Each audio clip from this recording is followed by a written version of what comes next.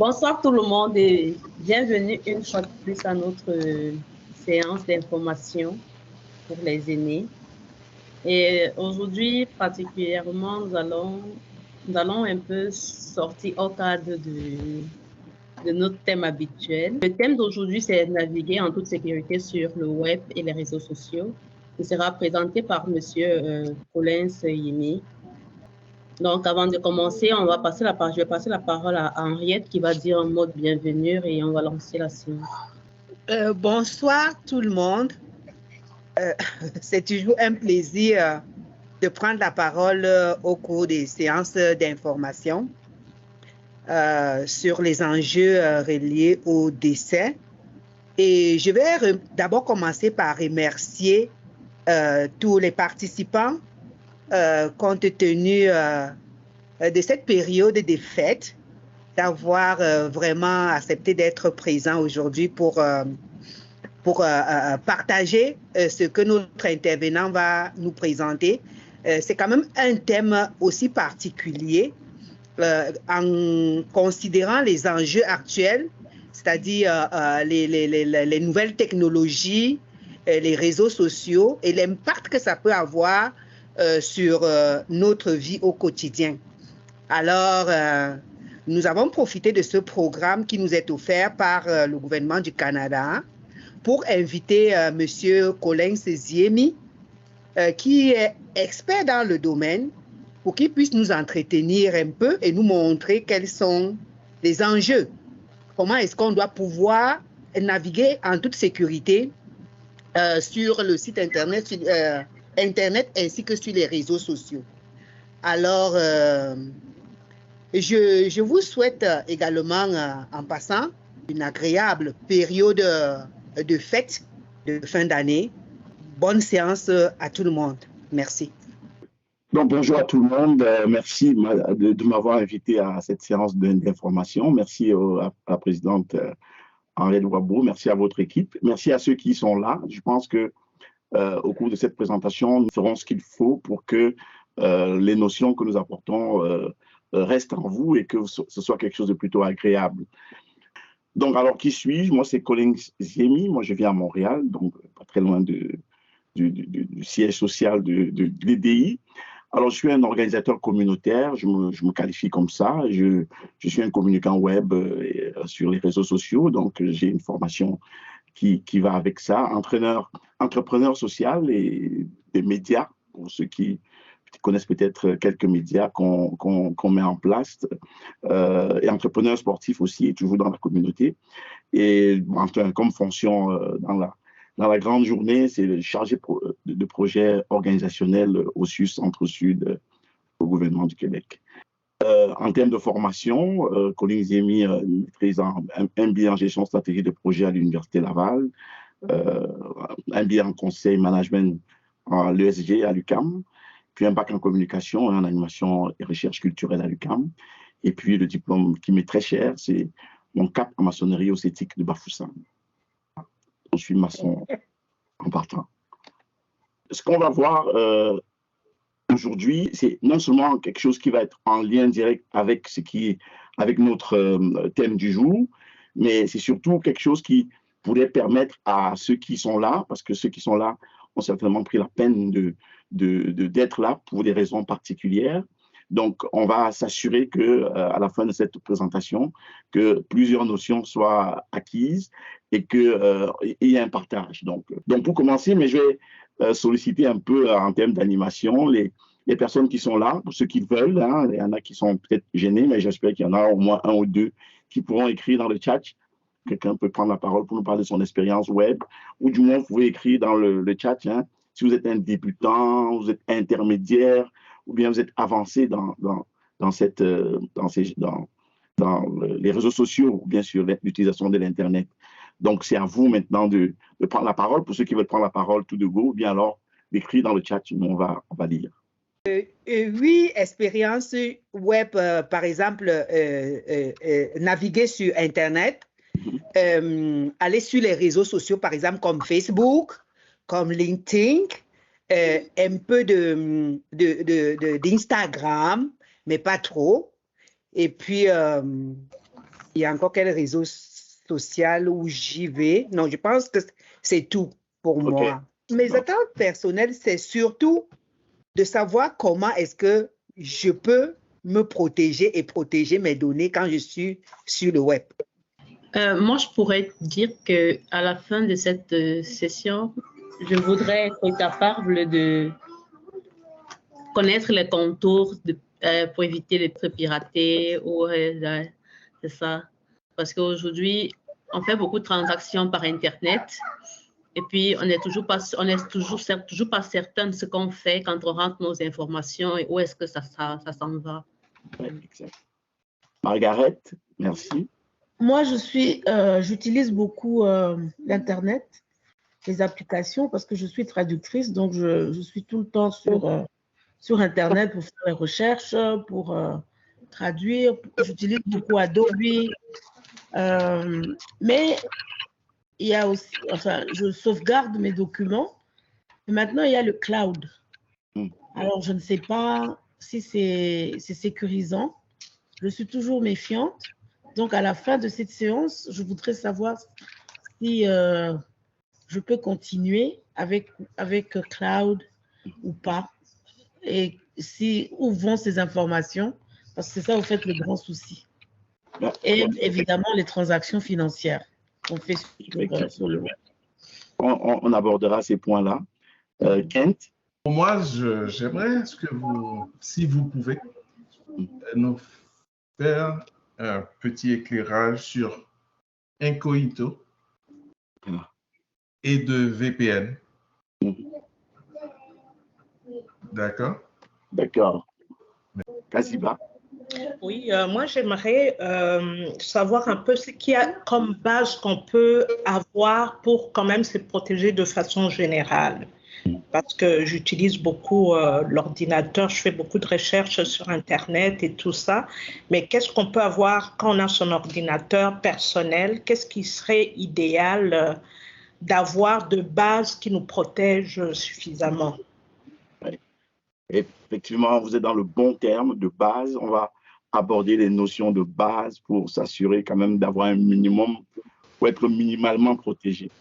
À la fin de cette séance, en principe, on devrait savoir quels sont les dangers, quelles sont les limites ou bien les actions que nous devons poser pendant que nous sommes sur Internet. Et on va faire le tour là-dessus. Je n'oublierai pas Kent à la fin avec la notion de VPN et Incognito. On en parlera aussi. Merci. En termes de présentation, on va définir on va passer quand même en revue quelques notions de définition de quelques mots-clés. On aura le temps de voir c'est quoi le portrait de la navigation, ce que ça a comme portrait de base, quels sont les leviers les plus importants. On va discuter évidemment des enjeux de cette formation précise, la question qui nous est posée.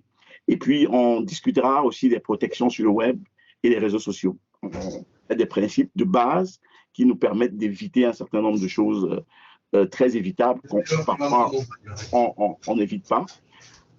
Et puis, on mettra le long de notre temps à vous montrer les secrets.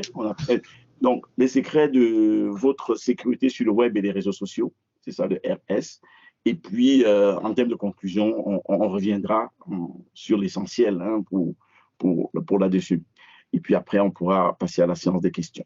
En moyenne, comme ça, si on le dit, combien d'heures vous passez sur Internet hors du travail, selon vous, en moyenne, combien de temps vous mettez sur Internet et sur les réseaux sociaux en dehors de votre travail? 1 heure par semaine, par jour, donc 7 heures par semaine? Moi, je dirais que c'est mon passe-temps. Bon, c'est mon moment de détente.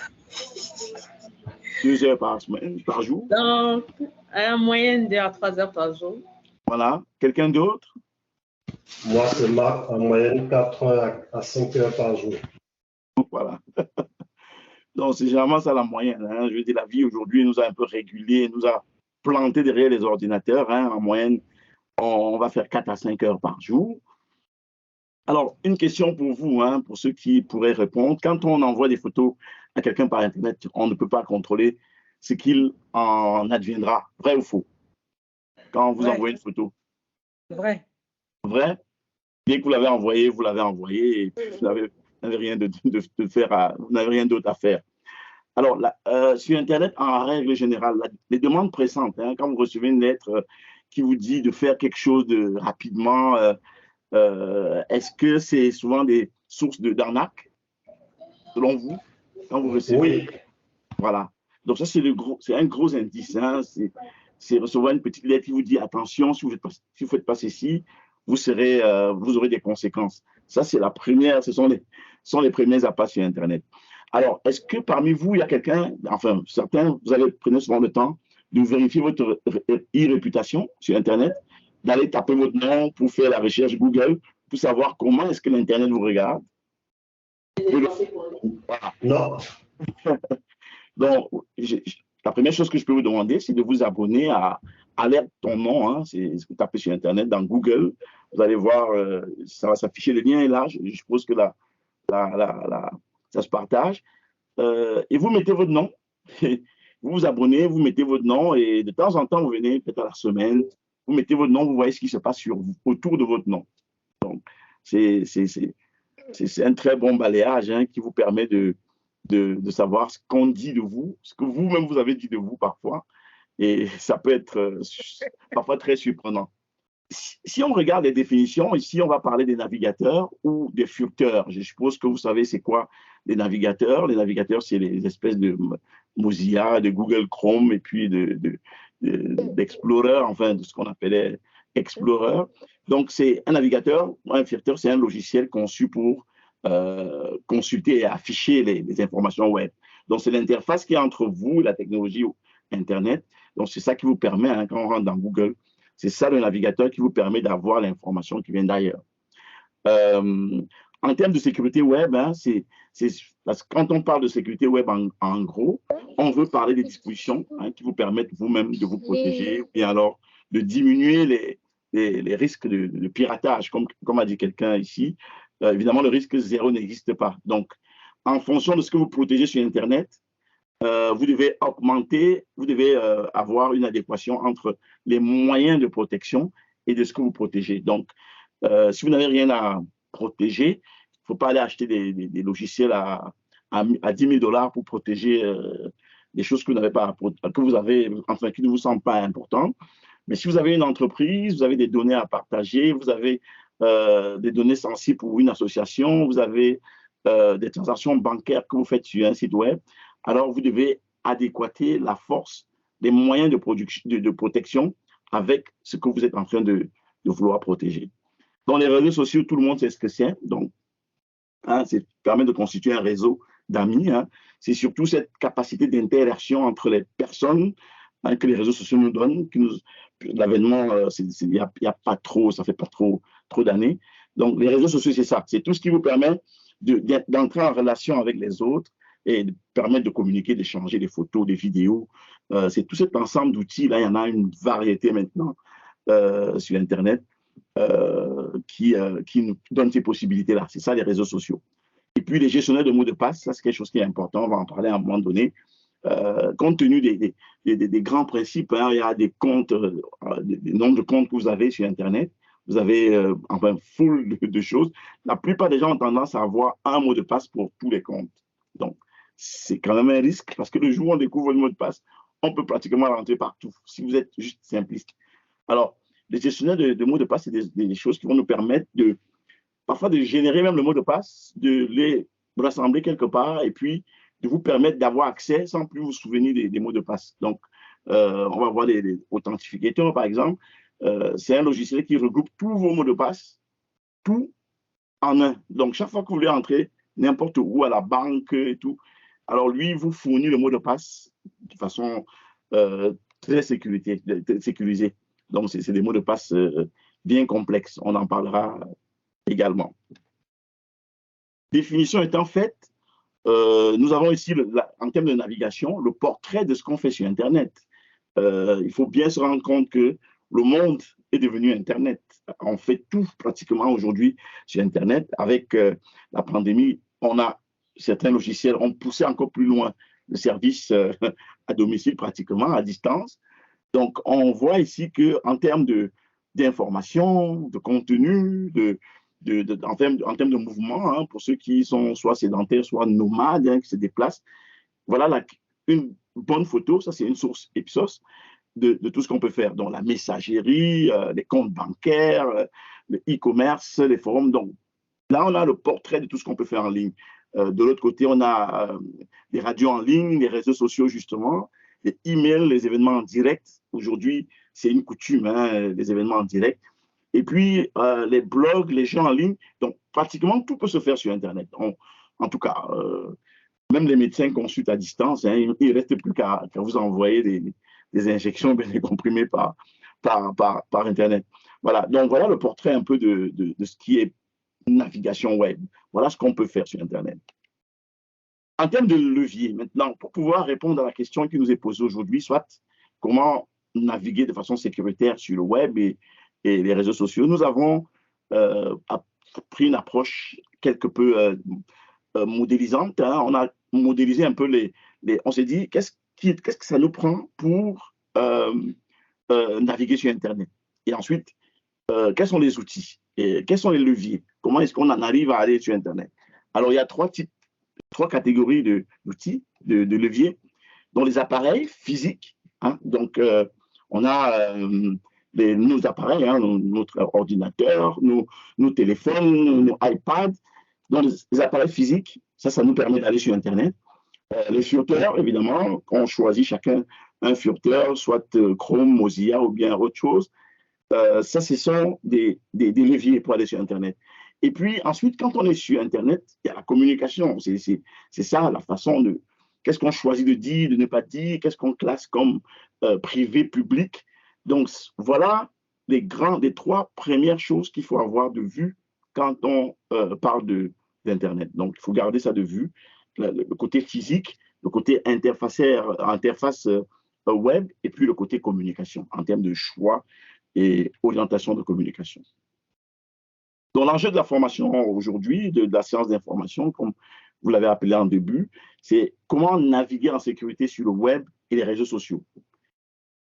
Si vous êtes là, c'est parce que vous voulez savoir plus, mais à ce stade, selon vous, quelle est la règle, hein, pour ceux qui veulent prendre la parole, quel est le truc qu'il faut, le petit truc, l'astuce, hein, le truc astuce que vous avez pour naviguer en sécurité, pour vous, selon vous?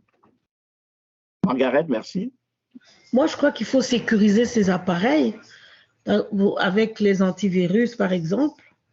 Ça donne la sécurité, comme les McAfee ou je ne sais pas. Il y a d'autres. En tout cas, moi, j'ai McAfee, c'est pour ça que je me rappelle. Okay. Donc, il faut sécuriser ces appareils pour être sûr qu'il n'y a pas d'interférence, il n'y a pas de virus. Très bon point. Il faut sécuriser ces appareils. On disait justement que les appareils, c'était un levier pour aller sur Internet. Il faut sécuriser. Quelqu'un d'autre? Et il faut également avoir un mot de passe bien secret et propre à soi-même. Il faut avoir un mot de passe bien secret et propre à soi-même. C'est comme ça qu'Henriette voit ça. C'est sûr que oui, il faut avoir un mot de passe. Maintenant, on va discuter tout à l'heure de comment il doit être le mot de passe. C'est une très bonne idée. Donc, sécuriser ces appareils, avoir un mot de passe, oui. Il faut aussi avoir des appareils qui sont à jour. Parce que quand vous voulez télécharger des logiciels comme les McAfee, et parfois on vous dit que votre ordinateur est devenu désuet, comme le mien actuellement, on me le dit. Alors j'aimerais savoir quoi faire dans ce cas si on me dit que mon Windows 8 ne peut plus fonctionner avec ce que l'on offre comme sécurité. Exact. Très bon point. La mise à jour, c'est un élément incontournable. Hein. Vous allez voir dans la suite de la formation que oui, si vous pensez qu'il faut juste fonctionner, quand vous proposez des mises à jour, vous dites non parce que c'est peut-être vous êtes prudent. À un moment donné, vous allez être dépassé parce que évidemment, vous n'allez plus être capable de connecter avec un certain nombre de choses. Merci, Papa Mokoulou. Est-ce que, par exemple, quand on fait les logins, si on se souvient, pas si on se souvient, ce serait comme impératif de log out. Parce que le plus souvent, il y a des gens qui ouvrent, qui mettent les mots de passe et puis ils laissent les affaires juste comme ça. Et c'est comme, vous avez laissé la porte ouverte. Exactement. Donc, login, log out, si vous avez fini de faire ce que vous avez à faire, vous devez vous souvenir de fermer votre... C'est un bon point, Rose. Ça a échappé à la portée de la formation et c'est un très bon point. Le fait d'entrer et de sortir, parce que la plupart des gens oublient, hein, vous allez, mettons, à l'université ou bien dans un café, vous êtes pressé, vous voulez un email pour télécharger quelque chose, vous le faites, ou bien dans une photocopie de bureau en gros, et en partant, vous ne fermez rien. Donc, ça, c'est des gros risques. C'est vraiment la porte ouverte. Merci, Rose. Je pense que vous avez déjà répondu à la question, hein, comment naviguer en sécurité sur le web. Hein, vous avez, l'essentiel est là. En termes de protection, il y a des principes. Donc, la première chose, c'est de comprendre qu'il faut se protéger pour ne pas subir des attaques, enfin, attaques ou bien des vols. L'important, c'est de se protéger des leviers de navigation. C'est très important. Alors, on a dit que les appareils, il faut les protéger. Donc, protéger les appareils, c'est quoi? C'est votre capacité à être capable de localiser votre appareil s'il se perd. On parle là d'appareils mobiles. Donc, on a l'ordinateur à la maison, il est à la maison, c'est bien. Mais si vous avez un téléphone, vous avez un iPad, il y a des principes pour pouvoir être certain que quand il va se perdre, vous allez prendre le téléphone de quelqu'un d'autre pour savoir où est-ce qu'il se trouve physiquement. Donc, ça, c'est les systèmes de géolocalisation. Donc, c'est des choses qui existent. Donc, il faut savoir ça. Donc, dans vos appareils, vous devez préparer ça. Localiser, être capable de localiser mon appareil en cas de perte. C'est important que mes données soient liées à un compte infonuagique. Notre traductrice, j'ai oublié son nom tout à l'heure, parlait de ça, la traductrice. Margaret parlait de ça. Il y a une chose qui est évidente, hein, de nos jours, tout s'envole dans les nuages. On garde tout dans le ciel. On ne sait pas où c'est exactement, mais c'est des endroits physiques. Quand on dit nuages, en fait, c'est des endroits physiques qui sont dans des lieux sécurisés, à la fois physiquement, avec des principes de garde d'incendie. C'est des serveurs qui sont en Chine, en Taïwan, n'importe où, mais dans des endroits où ils sont bien protégés contre des incendies, contre tout. Donc, c'est ça qu'on appelle infonuagique. Donc, nous mettons nos données là-bas parce qu'on s'est rendu compte que même quand vous avez votre donnée sur votre disque dur à la maison, il y a un risque. Si vous avez dans la même maison votre ordinateur et votre backup de disque dur, si la maison est incendiée, vous avez tout perdu parce que même physiquement, ce que vous aviez sauvegardé est toujours dans le même lieu. Donc, du coup, vous avez tout perdu. Donc, de nos jours, la tendance est de dire il faut que je retrouve mes données partout où je suis. Il faut que si je voyage vers le Cameroun ou bien vers un autre pays, vers le Congo par exemple, que je sois capable d'ouvrir tous mes fichiers et de continuer à travailler comme si j'étais à la maison. Donc, c'est ça l'infonuagique. De nos jours, on peut simplement dire que c'est la voie la plus sécuritaire d'infonuagique pour répondre à Margaret. Donc, votre ordinateur, votre téléphone, vous voyez que la plupart des gens aujourd'hui lient leur compte de téléphone à Google. Si vous retrouvez un autre, vous pouvez retrouver toutes vos données. Vos données ont été stockées dans un nuage bien caractérisé. Donc, ça, c'est des façons de faire pour pouvoir vous protéger. Donc, c'est de votre responsabilité aussi physiquement de ne pas négliger votre téléphone quand vous sortez, vous déposez partout, non? Vous devez avoir vos appareils avec vous et vous assurer que vous les avez avec vous. Déjà physiquement aussi. Il faut protéger les furteurs. Donc, c'est votre responsabilité de demander de l'aide pour paramétrer vos furteurs. Il faut les mettre à jour, comme disait Papa Amokoulou.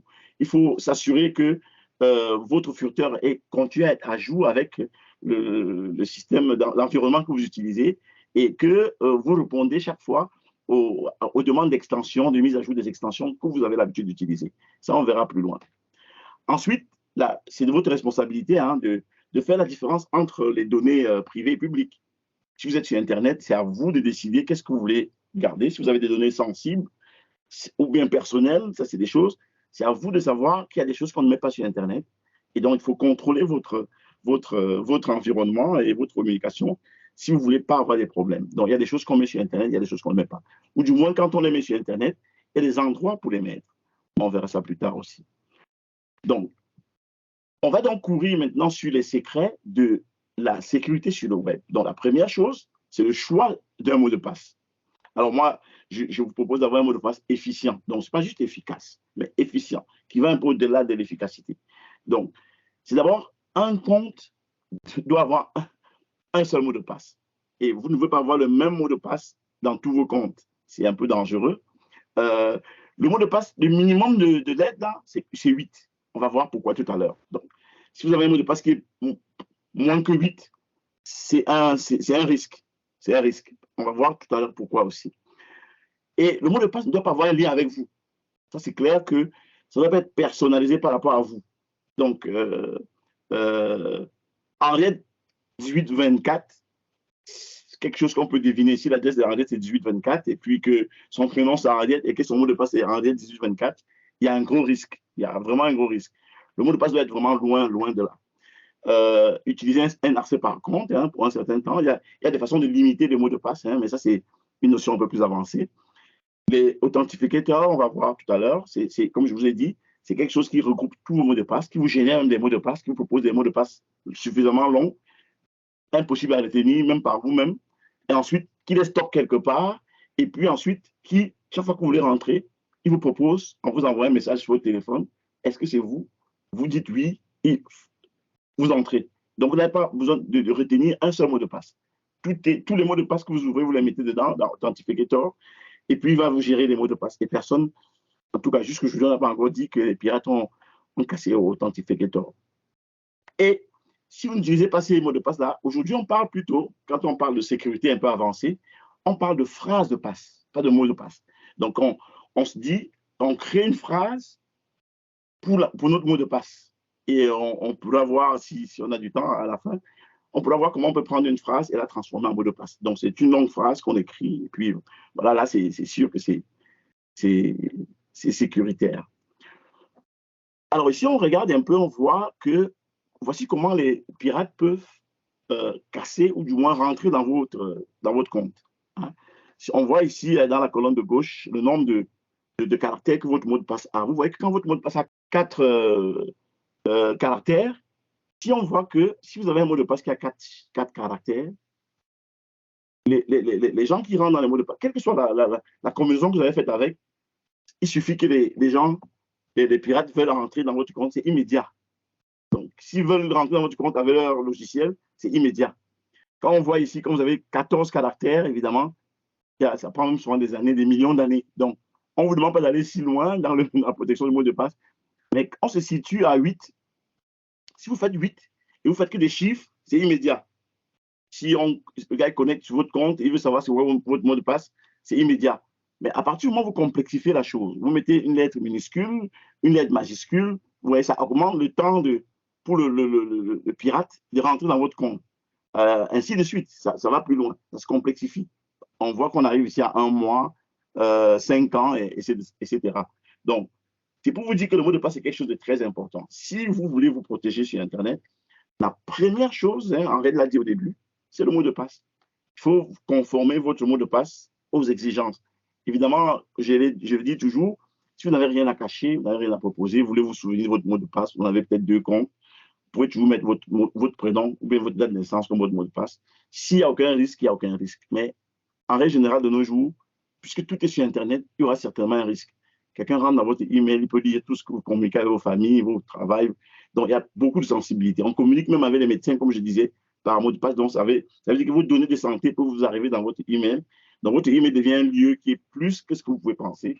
Donc, il faut se protéger absolument. Voilà les principes. Le deuxième secret, mise à jour de sécurité. Évidemment, Papa Moukoulou le disait, si vous ne faites pas des mises à jour, ce ne sera pas intéressant parce que vous allez avoir des difficultés à un moment donné. Mettre à jour votre système d'exploitation, Windows vous demande une mise à jour, programmer, accepter la mise à jour à des heures où vous ne serez pas sur Internet pour qu'il le fasse. Vos logiciels bureautiques, Word vous dit à un moment donné, mise à jour de telle extension, vous devez accepter. Hein. Tant que c'est le logiciel formel, ce n'est pas un logiciel piraté qui vous demande une mise à jour, il faut prendre le temps de les accepter. Vos furteurs, vos appareils, hein, si vous dites, vous avez beaucoup d'applications dans votre Internet, dans votre téléphone, de temps en temps, certaines applications vous disent besoin de mise à jour. Il faut faire des mises à jour. Hein. Il faut absolument faire ça. Et on parlait d'antivirus, c'est la même chose. Hein. Il faut mettre à jour les antivirus. Quelqu'un le disait aussi tout à l'heure. En somme, tous les services que vous utilisez sur votre Internet, tous vos services, mettez-les à jour. Il faut les mettre à jour. En fait, en termes de secret aussi, on va voir, naviguer avec prudence. Ça, c'est quelque chose d'hyper important. Hein. Le fait de naviguer avec prudence, là, ça veut dire quoi déjà, naviguer avec prudence sur les réseaux sociaux? Être minimal dans les forums non sécurisés. Donc, les groupes de tout le monde, de tout venant, hein, comme j'appelle souvent, où tout le monde arrive et puis on parle de tout. Alors, soyez prudents là-dessus. Hein. Même quand c'est votre anniversaire, ne donnez pas votre âge. Il y a plein de choses qu'on ne sait pas qui est dans le groupe. Donc, soyez minimaliste là-dedans. Vos infos personnelles, ce n'est pas dans les groupes. Infos personnelles, ça veut dire je voyage au Cameroun de 17 machin, je vais pour un mois. Ce n'est pas sécuritaire du tout. C'est vraiment pas sécuritaire. Parce que les pirates ont aussi des bras de levier physiques. Hein. Donc, si on se rend compte sur Internet que vous êtes en train de voyager avec toute la famille et tout, c'est beau. Mais on peut vous visiter physiquement après. Donc, l'attaque, l'information peut venir de l'Internet et on vient vous visiter chez vous parce qu'on sait qu'il n'y a personne. Donc, soyez minimaliste, soyez vigilant face au risque d'usurpation d'identité. De temps en temps, allez voir ce qu'on dit de vous sur Internet. C'est hyper important parce que certains ont souvent découvert des fraudes impensables. Certains ont parfois découvert qu'ils ont une maison dans une autre ville en leur nom, qui leur appartient et tout. Donc, en allant à la banque, on leur confirme que mais vous avez acheté une deuxième maison. Donc, de temps en temps, allez voir ce qui se passe sur vous sur Internet en termes d'usurpation, de profilage. Et dès que vous allez faire un paiement en ligne, là, il y a une coquille, vous devez vous assurer que vous êtes à la bonne adresse, que vous faites la bonne transaction avec la bonne personne. Donc, et que c'est habituel. Quand c'est la première fois, vous devez prendre toutes les précautions. Par exemple, prendre un téléphone et appeler la compagnie. Ah ouais, je dois faire un paiement sur vous. Ils vont vous dire, mais non, on ne fait pas de paiement en ligne, par exemple. Et puis, quelqu'un en parlait tout à l'heure de sécurité encore sur les furteurs. Alors, si vous voulez faire une transaction en ligne, l'adresse doit commencer par HTTPS. Vous devez voir un S là qui se pointe et puis un cadenas qui accompagne ça. Donc, si vous ne voyez pas de S, ça veut dire que la compagnie avec qui vous allez transiger n'a pas l'air super sérieuse. Donc, vous devez vous interroger quand même. Je vous dis, mais c'est quoi cette adresse qui n'a pas de S ou bien qui n'a pas de cadenas autour de la marque? Donc, c'est la marque de sécurité. Donc, c'est des petits aspects à regarder de temps en temps. Ne soyez pas le relais des canulards. Vous voyez? Donc, déjà, quand vous êtes sur Internet, ne faites pas des choses que vous n'aimez pas qu'on vous fasse. Hein. Si vous voyez un message et il est évident que c'est une fausse nouvelle et tout, ne vous plaisez pas à faire continuer la chaîne, hein, à partir avec, à repartager. Ce sont des techniques hein, pour ces gens-là de retracer les réseaux, d'aller chercher, parce qu'ils ont tous des systèmes pour pouvoir savoir à qui vous avez partagé, quels sont ceux qui ont partagé. Donc, ça replique la possibilité de fraude. Quel que soit l'expéditeur, évidemment, ne rediffusez pas ces messages-là comme ça, de cette façon-là. Alors, en commentaire de fraude, soyez prudents juste. Ne faites pas des choses que vous n'aimez pas qu'on vous fasse. C'est la meilleure recommandation. Ensuite, les secrets d'autres secrets. L'Internet, c'est pas un monde à part. Hein. C'est vraiment le monde. Hein. C'est devenu le monde. Hein. Là-bas, il y a du bon, il y a du beau, et puis il y a du bas aussi. Hein. J'aime souvent dire ça, il y a beaucoup de bas et tout. Donc, pas de confiance aveugle hein, envers dans le nom de l'expéditeur, parce que parfois, les gens trichent. Vous pouvez recevoir un email de la Banque nationale, ça a l'air totalement de ça. Vous cliquez, même ça va même sur un site qui a totalement... Ne faites pas confiance à ce genre de choses, parce qu'évidemment, c'est comme ça que ça commence. Hein. Donc, soyez prudents. Quand, par exemple, je communique tout le temps avec Kent, hein, mettons, et on parle en français, et puis tout d'un coup, il m'envoie un truc en chinois. Donc, je vais me dire, mais je ne comprends pas ce qui se passe là. Donc, c'est probablement une fraude. Donc, soyez vigilants avec ça. On a dit le mot de passe de vos routeurs à la maison. Beaucoup de gens connectent ça, et puis parfois, pour des raisons simples, ils effacent le mot de passe, ou bien ils laissent libre le Wi-Fi, parce que, bon, ben, peut-être des enfants ne connaissent pas le mot de passe, on laisse ouvert. Non, faites pas ça. Faites pas ça. Il faut sécuriser vos routeurs et mettre des mots de passe conséquents, hein, quitte à prendre l'appareil de chaque enfant et puis automatiser l'accès dessus pour que l'enfant n'ait plus besoin de rentrer le mot de passe. Protéger les enfants à la maison, évidemment. Donc, ça paraît parfois lourd, mais je pense qu'en fonction de l'âge, il est intéressant d'avoir le contrôle parental. Donc, demandez de l'aide. Hein. On peut mettre des systèmes où, à partir de certaines heures, tous les appareils de l'enfant ne sont plus capables de recevoir l'Internet parce qu'il faut qu'il se couche. Il y a des sites qu'on peut interdire, il ne peut pas ouvrir certains sites, ainsi de suite. Donc, il y a toutes ces choses-là qu'on peut faire de façon à ce qu'il ne soit pas capable de faire tout ce qu'il veut sur Internet. Dans le septième conseil, soyez vigilants avant d'ouvrir les pièces jointes. Quand on vous envoie une pièce jointe, il faut d'abord que vous validez l'expéditeur, que ça corresponde à ce que vous êtes en train de faire. Hein. Vous n'achetez pas une maison et puis quelqu'un vous envoie un truc, vous dit signature de l'hypothèque et tout. Donc, posez-vous des questions si ça ne correspond pas. N'ouvrez même pas pour être curieux, parce que parfois, c'est quand vous ouvrez ça que ça vous ramène tous les problèmes, hein, du monde et tout, si vous n'avez pas d'antivirus bien alerte et tout. Donc, c'est ça. Donc, pièce jointe, tant que vous ne connaissez pas l'expéditeur, vous n'avez pas l'impression que vous attendiez ça, soyez très prudent. N'ouvrez pas. N'ouvrez vraiment pas. En 8, faites des sauvegardes régulières. Ça, c'est important, parce que, et c'est pour ça que l'info numérique était important. Vous pouvez sauvegarder les choses sur votre ordinateur ou bien à côté. C'est pas vraiment la vraie sauvegarde, c'est de prendre tout ce que vous faites, de le garder ailleurs que là où vous êtes. Ça, c'est la vraie sauvegarde. Donc, aujourd'hui, c'est les systèmes vraiment info-numériques. De garder vos données ailleurs. De façon que si la maison brûle, là, vous n'aurez pas un problème de retrouver des emails, des ceci, de cela. Ou bien, vos diplômes, il faut les scanner, les garder. Enfin, aujourd'hui, tout peut se garder ailleurs. Hein. C'est un peu comme le caissier de la petite caisse qu'on met à la banque, là. Donc, liez vos comptes de données à l'info numérique. Ça revient à ça, à Margaret. C'est de dire, écoute, tous mes travaux que je fais de traduction, je les garde là, et comme ça, quel que soit l'endroit où je suis, je peux les ouvrir et continuer à travailler. Donc, c'est vraiment le modèle aujourd'hui. Vous n'êtes pas seul. Il ne faut jamais considérer qu'on est seul. Hein. Il y a pas, comme je dis, il n'existe pas de problème sans solution. Donc, si vous avez une complication avec votre ordinateur qui ne fait pas ceci, qui ne peut faire cela, demandez l'aide d'abord autour de vous. Ensuite, si c'est nécessaire, allez voir un réparateur. Mais demandez de l'aide. Il y a toujours quelqu'un qui a déjà eu ça, qui est capable de vous dire comment on sort de là. Sur le web, il n'y a pas... C'est le meilleur endroit pour demander de l'aide. Hein. Vous pouvez demander de l'aide à YouTube, vous pouvez demander de l'aide à Google. Même pas des personnes que vous ne connaissez pas. Vous allez dans un forum, vous demandez « Ah, mais je veux faire ça, je n'arrive pas. » Et ça peut être dans tout. Au-delà de l'Internet, là, si vous voulez faire le ndolé, vous ne savez jamais faire ça, vous demandez. Si vous voulez danser, vous demandez et puis on demande de l'aide pour tout ce qui est Internet.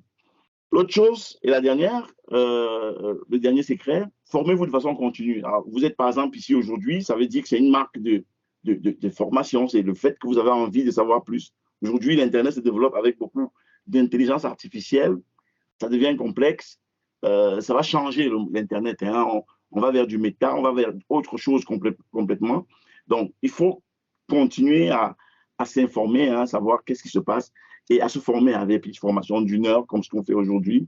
Ça vous permet de garder la main dessus et de savoir ce qui est essentiel pour vous. Il n'est jamais trop tard pour y apprendre. On a appris certaines choses. Comme ça change, il faut qu'on se remette à revoir ça.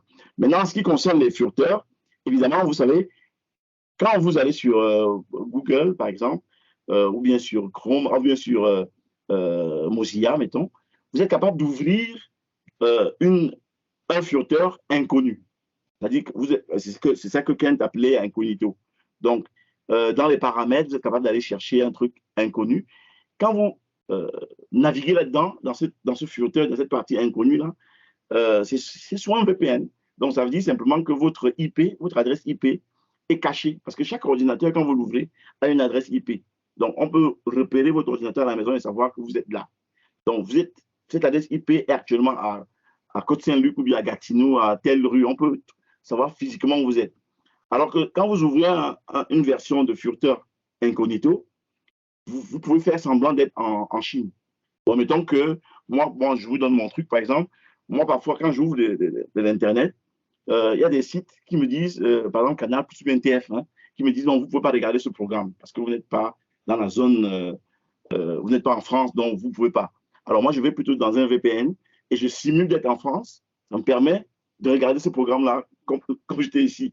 Donc, ça permet de se cacher aussi. Donc, on peut aller faire des choses où on ne veut pas la traçabilité. Là, on va aller avec ce mode-là. On ne veut pas qu'après avoir fermé l'ordinateur, quelqu'un revienne et sache où vous étiez. Donc, ça sert aussi à d'autres choses, hein, pour d'autres personnes. Donc, mais c'est bon à savoir, par exemple. Donc, je ne sais pas si c'est... Ken va justement nous partager le fait qu'il avait une question là-dessus. Mais voilà, ça fait un peu le tour de ce qui était demandé. Certainement que c'est allé un peu vite, mais il y a une contrainte de temps. Colin Ziemi, merci à vous. J'espère qu'on a, on a fait un bon petit tour là-dessus. Donc, c'est la période des questions. Bravo. Merci. Alors, maintenant, merci. Si vous avez des questions sur le temps. Hein, il y a Ken qui a levé la main. Voilà, Ken. Ken?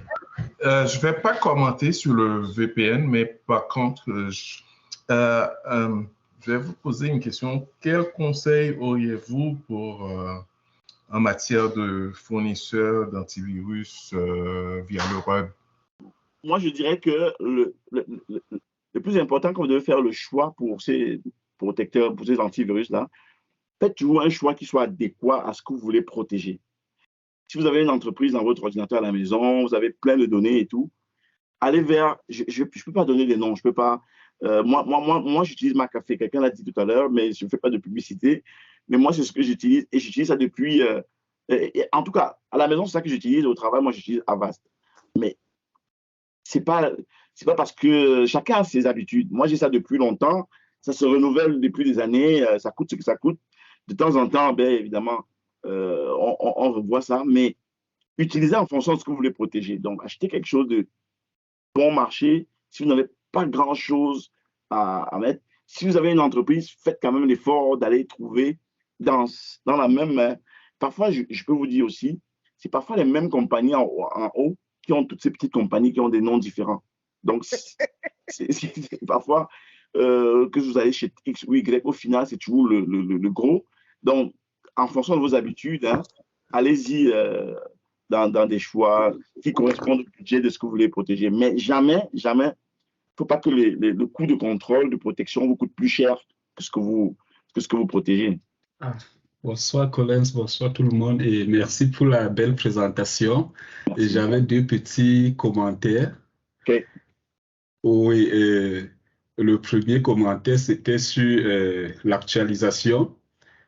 Parce que vous l'avez si bien dit, pour être sécurisé sur le net, il faut toujours être actualisé. Et vous avez surtout dit, chaque fois qu'on a cette demande d'actualisation, il faut le faire ou bien le programmer à des heures. À cela, je voulais peut-être ajouter que c'est toujours important de beaucoup lire parce que ces pop-up d'actualisation, ça c'est un nid des virus. Parfois, tu ouvres ton ordinateur et tu es dans un site, le pop-up que tu reçois, actualisation, c'est une mode facile pour installer les virus parce que dès lors que tu as cliqué, c'est parti. Donc, je voulais ajouter à cela que être attentif à ce qu'on clique. Ça veut dire qu'il faut beaucoup lire, c'est un truc que j'utilise aussi. Ma deuxième observation, c'était surtout pour les... Vous avez dit pour la visite des sites. Ouais. Oui, vous avez dit jusqu'ici, on n'a pas encore eu à attaquer un authentificateur, mais la question que j'allais poser pour l'authentificateur, et si peut-être je laissais mon ordinateur utilisé, si l'ordinateur était utilisé en commun à la maison, avec peut-être les enfants et la dame, si on avait un seul ordinateur, est-ce que l'authentificateur ne serait pas un problème puisque dès que l'ordinateur est déjà ouvert, l'authentificateur te demande, veux-tu que je te rappelle ta sécurité? Oui, ton mot de passe, et dès que tu lui dis oui, tu es dedans. Voilà. C'est une question que j'allais demander s'il y a une possibilité de contourner cela. Merci. Oui. En principe, il doit te demander, poser la question dans un autre outil. Donc, ton authentificateur doit être lié à ton téléphone, par exemple. Donc, si tu es à la maison, tu peux répondre oui. Si tu es ailleurs, tu peux te poser la question de savoir qui se connecte. Donc, oui, c'est vrai que là, l'authentificateur peut avoir des limites. Mais ce qu'on peut faire aussi dans l'authentificateur, c'est d'y mettre les choses qui sont personnalisées à vous-même. Donc, je peux avoir un authentificateur pour moi, un authentificateur pour un autre enfant. C'est faisable. De façon à ce que quand ça l'aide à faire ses affaires dans tout ce qu'il veut connecter. Mais quand moi, je veux me connecter à un compte qui m'appartient, compte bancaire, compte ceci, ça m'envoie mon message sur mon téléphone. Mais là encore, il y a aussi un système de multi-authentification, hein, multifacteur qu'on peut mettre en place, mais parfois c'est lourd. Hein. Si vous n'avez pas votre téléphone avec vous, vous ne pouvez pas entrer dans votre compte. Donc, il faut changer le système. Mais comme je dis, ça dépend toujours de ce que vous protégez. Et là, je comprends votre question. Sur l'autre point, effectivement, dans les demandes de mise à jour, il y a très souvent des mauvais messages. Donc, il faut vous assurer que c'est vraiment l'outil que vous utilisez, un outil que vous n'avez pas téléchargé sur Internet, gratuitement, quelque chose que vous avez payé, qui vous demande est-ce que vous voulez que je fasse. Donc, il faut vraiment lire, comme le dit Aubin. C'est très important. Je voudrais savoir, le VPN, est-ce qu'on peut le télécharger? Comment est-ce qu'on peut l'avoir? Il y en a plein sur Internet si vous voulez avoir un VPN. Oui, vous pouvez aller juste taper VPN, vous allez trouver, il y en a plein, oui. Vous pouvez le télécharger. Ah, et puis on télécharge donc n'importe lequel. C'est toujours bien de l'avoir. En passant, je vais d'abord remercier tout le monde, tous les participants pour être présents aujourd'hui. Vraiment, on a eu peur parce que avec la période de fête, on se disait que les gens ne devaient pas être présents, mais heureusement, je veux dire, heureusement pour nous, on a tellement du monde. Et puis, je vous remercie infiniment. Et je vais remercier notre intervenant, M. Collins Diemi, parce que vraiment, j'ai appris aussi beaucoup de choses à l'issue de cette séance. Et puis, ça me fait énormément plaisir et je pense qu'il sera toujours disponible pour les prochaines séances. Merci également à notre chargée de projet, Stéphanie. Le design des présentations, vraiment, je peux dire waouh, merci infiniment. Alors, bonne soirée. Merci. Merci, Henriette. Merci.